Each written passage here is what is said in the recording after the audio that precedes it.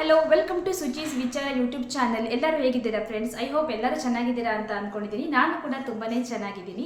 ಹಾಗೆಯೇ ಡಿನ್ನರಿಗೆ chicken masala ready ಮಾಡೋಣ ಅಂತ ತುಂಬ ಸಿಂಪಲ್ ಆಗಿ ಹೇಗೆ ರೆಡಿ ಮಾಡೋದಂತ ತೋರಿಸ್ಕೊಡ್ತೀನಿ. ಅಂದರೆ ನಾನು ಯಾವ ರೀತಿ ಮಾಡ್ತೀನಿ ಆ ರೀತಿ ನಾನು ತೋರಿಸ್ಕೊಡ್ತಾ ಇದ್ದೀನಿ. ತುಂಬ ಸಿಂಪಲ್ ಆಗಿ, ಅಂದರೆ ಈಗ ಬ್ಯಾಚುಲರ್ಸ್ ಎಲ್ಲ ಇದನ್ನು ಈಸಿಲಿ ರೆಡಿ ಮಾಡ್ಬೋದು. 10 to 15 ಮಿನಿಟ್ಸಲ್ಲಿ ಚಿಕನ್ ಮಸಾಲ ರೆಡಿ ಆಗುತ್ತೆ. ಇವತ್ತಿನ ವಿಡಿಯೋದಲ್ಲಿ ಇದೇ ಸ್ಪೆಷಲ್.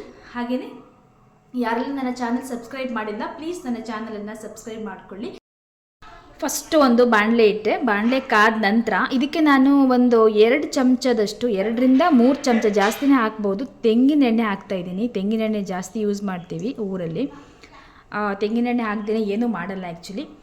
ತೆಂಗಿನ ಎಣ್ಣೆ ಒಂದು 3 ಚಮಚ ಕಂಪ್ಲೀಟಾಗಿ ಕಾದಿದೆ. ಇದಕ್ಕೆ ನಾನು 2 ಏಲಕ್ಕಿ ಹಾಕಿದ್ದೀನಿ. ಏಲಕ್ಕಿ ಹಾಕಿದ ನಂತರ ಅದು ಫ್ರೈ ಆದ ನಂತರ ಇದಕ್ಕೆ ನಾನು ಬೆಳ್ಳುಳ್ಳಿ ಒಂದು 4 ರಿಂದ 5 ಬೆಳ್ಳುಳ್ಳಿನ ಸ್ಮ್ಯಾಶ್ ಮಾಡಿಟ್ಕೊಂಡಿದ್ದೀನಿ. ಅದೇ ರೀತಿ ಇದಕ್ಕೆ 3 ಈರುಳ್ಳಿ, ದೊಡ್ಡ ಸೈಜಿನ 3 ಈರುಳ್ಳಿ ಕಟ್ ಮಾಡಿದ್ದೀನಿ.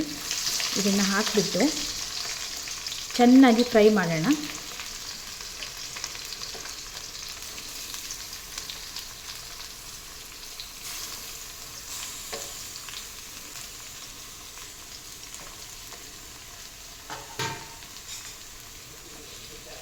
ಇವಾಗ ಫ್ಲೇಮ್ ಸ್ವಲ್ಪ ಮೀಡಿಯಮ್ ಫ್ಲೇಮಲ್ಲಿ ಇಟ್ಕೊಂಡು ಚೆನ್ನಾಗಿ ಫ್ರೈ ಮಾಡೋಣ.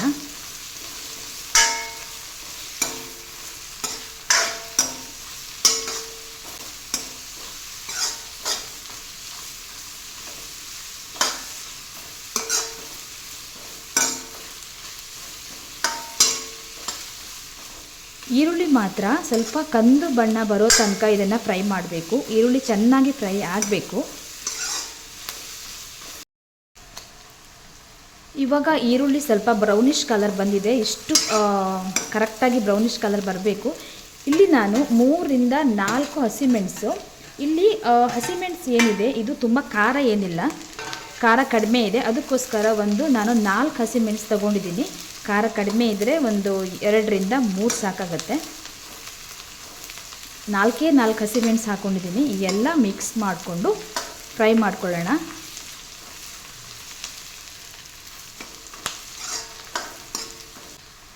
ಇದು ಆಲ್ಮೋಸ್ಟ್ ಫ್ರೈ ಆಗಿದೆ. ಇವಾಗ ನಾನು 2 tomato, medium size tomato puree ಮಾಡ್ಕೊಂಡಿದ್ದೀನಿ. ದೊಡ್ಡ ಟೊಮೆಟೊ ಏನು ಬೇಡ, ಜಾಸ್ತಿ ಹುಳಿ ಆಗಿಬಿಡುತ್ತೆ. ಅದಕ್ಕೆ ಚಿಕ್ಕದಾಗಿರೋ ಮೀಡಿಯಮ್ ಸೈಜ್, ಇಲ್ಲಾಂದರೆ ಚಿಕ್ಕದಾದರೂ ಓಕೆ, ಇಲ್ಲ ಮೀಡಿಯಮ್ ಸೈಜ್ ಆದರೂ ಓಕೆ, 2 ಟೊಮೆಟೊ ಪ್ಯೂರಿ ಮಾಡ್ಕೊಂಡಿದ್ದೀನಿ. ಅದನ್ನು ಹಾಕಿಬಿಟ್ಟು ಚೆನ್ನಾಗಿ ಫ್ರೈ ಮಾಡ್ಕೋಬೇಕು. ಇಲ್ಲಾಂದರೆ ಒಂಥರ ಹಸಿ ಸ್ಮೆಲ್ ಬಂದುಬಿಡುತ್ತೆ. ಅದಕ್ಕೋಸ್ಕರ ಚೆನ್ನಾಗಿ ಫ್ರೈ ಆಗಬೇಕದು. ನೋಡಿ, ಈ ರೀತಿ ಫ್ರೈ ಮಾಡ್ಕೋಬೇಕು.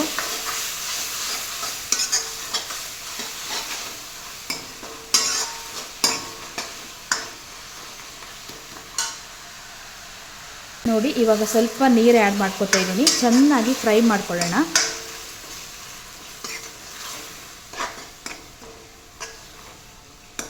ಇದು ಚೆನ್ನಾಗಿ ಫ್ರೈ ಆದ ನಂತರ ಇದಕ್ಕೆ ನಾವು ಚಿಕನ್ ಆ್ಯಡ್ ಮಾಡಿಕೊಂಡು ಮತ್ತೆ ಸ್ವಲ್ಪ ಫ್ರೈ ಮಾಡಿಕೊಂಡ್ರೆ ಆಯಿತು.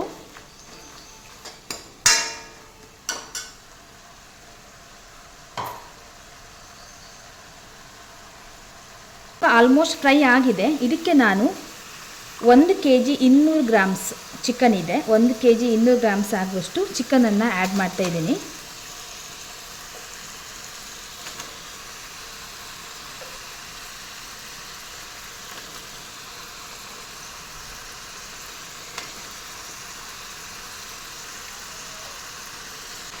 ಇದು ಆಲ್ರೆಡಿ ಚಿಕನ್ ತೊಳೆದ್ಬಿಟ್ಟು ಇದಕ್ಕೆ ಉಪ್ಪು ಮತ್ತು ಅರಿಶಿನ ಹಾಕಿಬಿಟ್ಟು ಆಲ್ರೆಡಿ ಇಟ್ಕೊಂಡಿದ್ದೆ ನಾನು 1 ಗಂಟೆ ಮುಂಚೆನೇ. ಯಾಕಂದರೆ ಚಿಕನಿಗೆ ಸ್ವಲ್ಪ ಉಪ್ಪು ಹಾಗೆಯೇ ಅರಿಶಿನ ಎಲ್ಲ ಸ್ವಲ್ಪ ಹಿಡ್ಕೊಂಡ್ರೆ ಚೆನ್ನಾಗಿರುತ್ತೆ ಅಂತ.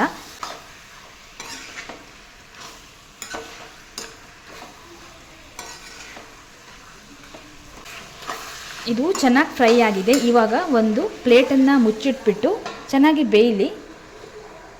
ಒಂದು 10 ರಿಂದ 15 ನಿಮಿಷ ಚೆನ್ನಾಗಿ ಬೆಂದ ನಂತರ ಉಳಿದಿರೋ ಮಸಾಲೆನ ಆ್ಯಡ್ ಮಾಡೋಣ. ಇವಾಗ ಚಿಕನ್ ಬೆಂದಿದೆಯಾ ನೋಡೋಣ. ಆಲ್ರೆಡಿ ಒಂದು 10 ನಿಮಿಷ ಆಗಿದೆ. ಚಿಕನ್ ಫುಲ್ ಬೇಯಬೇಕಂತ ಏನಿಲ್ಲ. ಇವಾಗ ನಾನು ಮಸಾಲೆ ಹಾಕಿಬಿಟ್ಟು ಮತ್ತೆ ಸ್ವಲ್ಪ ಬೇಯಿಸ್ತೀನಿ ಒಂದು 10 ನಿಮಿಷ. ಇವಾಗ ಸ್ವಲ್ಪ ಮಿಕ್ಸ್ ಮಾಡೋಣ. ಮಿಕ್ಸ್ ಮಾಡಿಕೊಂಡು ಇದಕ್ಕೆ ಮಸಾಲೆ ಇದಕ್ಕೆ ನಾನು 2 ಚಮಚ ಕೊರಿಯಾಂಡರ್ ಪೌಡರ್ ಆ್ಯಡ್ ಮಾಡ್ತಾಯಿದ್ದೀನಿ. 2 ಚಮಚ ಬೇಕಾಗತ್ತೆ.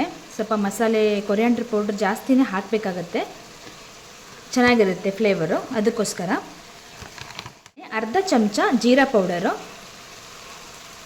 ಅರ್ಧ ಚಮಚ ಹಾಕಿದ್ದೀನಿ. ಗರಂ ಮಸಾಲ ಅರ್ಧ ಚಮಚ, ಹಾಗೆಯೇ ಒಂದು ಅರ್ಧ ಚಮಚ ಜಿಂಜರ್ ಗಾರ್ಲಿಕ್ ಪೇಸ್ಟು, 1 ಚಮಚ ಸೋಯಾ ಸಾಸು, ಫುಲ್ 1 ಚಮಚ ತೊಗೊಂಡಿದ್ದೀನಿ. ಇದು 2 ಚಮಚ ಬೇಕಾಗತ್ತೆ. 2 ಚಮಚ ಹಾಕಿದರೆ ಸ್ವಲ್ಪ ಫ್ಲೇವರ್ ಚೆನ್ನಾಗಿರುತ್ತೆ, ಹಾಗೆಯೇ ಟೇಸ್ಟ್ ಕೂಡ ಚೆನ್ನಾಗಿರುತ್ತೆ. ಹಾಗೆಯೇ ಅರ್ಧ ಚಮಚ ಚಿಲ್ಲಿ ಪೌಡರ್, ಅರ್ಧ ಚಮಚ ಸಾಕಾಗುತ್ತೆ, ಯಾಕಂದರೆ ನಾನು ರೆಡ್ ಚಿಲ್ಲಿ ಸಾಸ್ ಹಾಕಿದ್ದೀನಿ, ಹಾಗೆಯೇ ಹಸಿಮೆಣಸು ಕೂಡ ಹಾಕಿದ್ದೀನಿ. ಸೊ ಚಿಲ್ಲಿ ಪೌಡರು ಅರ್ಧ ಚಮಚ ಸಾಕಾಗುತ್ತೆ, ಜಾಸ್ತಿ ಹಾಕೋದು ಬೇಡ, ಖಾರ ಜಾಸ್ತಿ ಆಗಿಬಿಡುತ್ತೆ, ಅದಕ್ಕೋಸ್ಕರ. ಹಾಗೆಯೇ ಇದಕ್ಕೆ ನಾನು ಚಿಕನ್ ಚಿಲ್ಲಿ ಪೌಡರ್ ಸಿಗುತ್ತೆ, ಇದು ಅಭಿರುಚಿಯಿಂದ ತೊಗೊಂಡಿದ್ದು, ತುಂಬಾ ಚೆನ್ನಾಗಿರುತ್ತೆ. ಇದೊಂದು 2 ಚಮಚ ನಾನು ಫ್ಲೇವರಿಗೋಸ್ಕರ ಆ್ಯಡ್ ಮಾಡ್ತೀನಿ. ಇದು ಚಿಕನ್ ಚಿಲ್ಲಿ ಪೌಡರ್, ಇದರಲ್ಲಿ ಮಸಾಲೆ ಇರುತ್ತೆ. ಇದನ್ನು ಒಂದು 2 ಚಮಚ ಆ್ಯಡ್ ಮಾಡ್ತಾಯಿದ್ದೀನಿ. ಒಂದು 2 ಚಮಚ ಹಾಕೋಣ.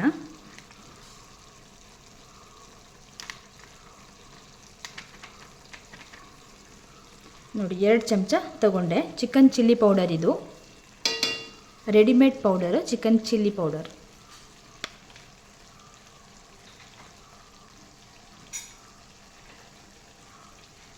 ಇವಾಗ ಎಲ್ಲ ಮಸಾಲೆ ಹಾಕಿದ್ನಲ್ವ, ಇದನ್ನೆಲ್ಲ ಇವಾಗ ಮಿಕ್ಸ್ ಮಾಡೋಣ, ಚೆನ್ನಾಗಿ ಮಿಕ್ಸ್ ಮಾಡೋಣ. ಇವಾಗ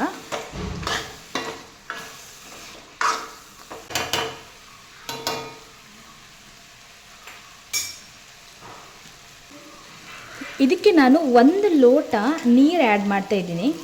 1 ಲೋಟ ಸಾಕು, ಜಾಸ್ತಿ ಬೇಡ, ಏನಕ್ಕಂದರೆ ಸ್ವಲ್ಪ ತಿಕ್ಕಿರಬೇಕು ಅದು, ಅದಕ್ಕೋಸ್ಕರ 1 ಲೋಟ, ಚಿಕ್ಕ ಲೋಟದಲ್ಲಿ 1 ಲೋಟ ಸಾಕಾಗತ್ತೆ. ನೀರು ಆ್ಯಡ್ ಮಾಡಿಬಿಟ್ಟು ಇವಾಗ ಮಿಕ್ಸ್ ಮಾಡೋಣ.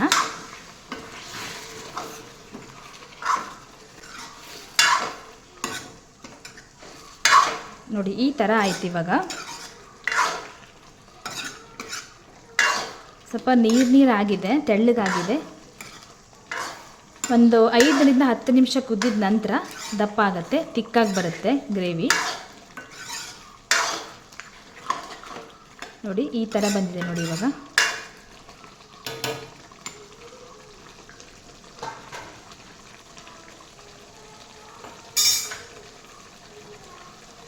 ಇವಾಗ ಮುಚ್ಚಿಡೋಣ, ಒಂದು 10 ನಿಮಿಷ ಹಾಗೆ ಕುದೀಲಿ, ಚೆನ್ನಾಗಿ ತಿಕ್ಕಾಗುತ್ತೆ ಗ್ರೇವಿ. ಸೊ 10 ನಿಮಿಷ ನಾನು ಇವಾಗ ಮುಚ್ಚಿಡ್ತಾ ಇದ್ದೀನಿ.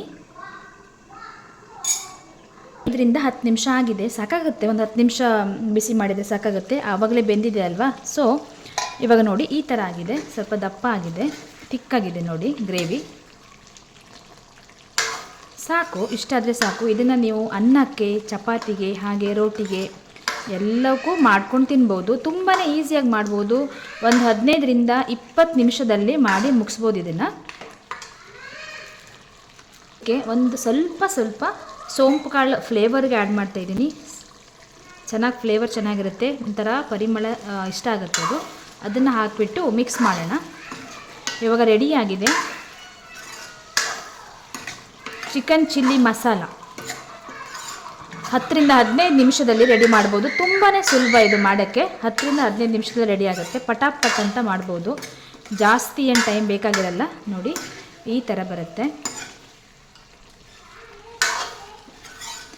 ನಿಮ್ಮನೆಯಲ್ಲೂ ಇದನ್ನು ಟ್ರೈ ಮಾಡಿ ಅಂತ ಕೇಳ್ಕೊತಾ ಇದ್ದೀನಿ. ಪಟಾಪಟ್ ಅಂತ ಚಿಕನ್ ಏನಾದರೂ ತಿನ್ನಬೇಕನ್ಸಿದ್ರೆ ಈ ಥರ ನಾವು ಮನೆಯಲ್ಲೇ ರೆಡಿ ಮಾಡಿಕೊಂಡು ತಿನ್ಬೋದು.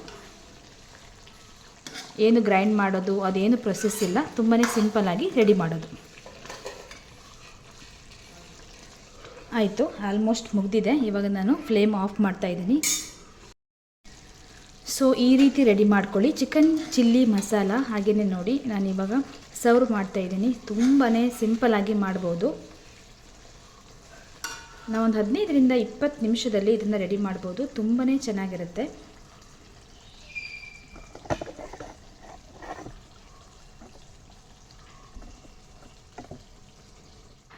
ಹಾಗೆಯೇ ನಾನು ಅದೇ ದಿನ ನೈಟ್ ಊಟಕ್ಕೆ ನಾನು ದೋಸೆ ಜೊತೆ ಚಿಕನ್ ಚಿಲ್ಲಿ ನಾನು ಇವಾಗ ರೆಡಿ ಮಾಡಿದ್ನಲ್ಲ, ಅದು ಕರಿ ಮಾಡಿದ್ದೆಲ್ಲ, ಸೊ ತುಂಬ ಚೆನ್ನಾಗಿತ್ತು ಕಾಂಬಿನೇಷನ್ ಅಂತೂ. ಅದಕ್ಕೆ ಹೇಳಿದ್ದು ನಾನು, ಇದು ದೋಸೆ, ರೋಟಿ ಹಾಗೆಯೇ ರೈಸ್ ಜೊತೆ ತುಂಬಾ ಚೆನ್ನಾಗಿರುತ್ತೆ. ಹಾಗೆ ಕಬಾಬ್ ಮಾಡಿದ್ದೆ ಸೈಡ್ಗೆ. ಇದೊಂದು ಚಿಕ್ಕದಾದಂಥ ಒಂದು ಕ್ಲಿಪ್ ತೊಗೊಂಡಿದ್ದೀನಿ, ಈ ರೀತಿ ಬಂದಿದೆ. ಹಾಗೆ ನನ್ನ ಚಾನಲ್ ಯಾರೆಲ್ಲ ಸಬ್ಸ್ಕ್ರೈಬ್ ಮಾಡಿಲ್ಲ ಪ್ಲೀಸ್ ನನ್ನ ಚಾನಲನ್ನು ಸಬ್ಸ್ಕ್ರೈಬ್ ಮಾಡ್ಕೊಳ್ಳಿ, ವಿಡಿಯೋಸ್ ನೋಡಿ ಅಂತ ಕೇಳ್ಕೊತಾ ಇದ್ದೀನಿ. ಇನ್ನೊಂದು ಹೊಸ ವಿಡಿಯೋದಲ್ಲಿ ನಾನು ನಿಮಗೆ ಮತ್ತೆ ಸಿಗ್ತೇನೆ. ಅಲ್ಲಿ ತನಕ take care, bye bye, thank you all.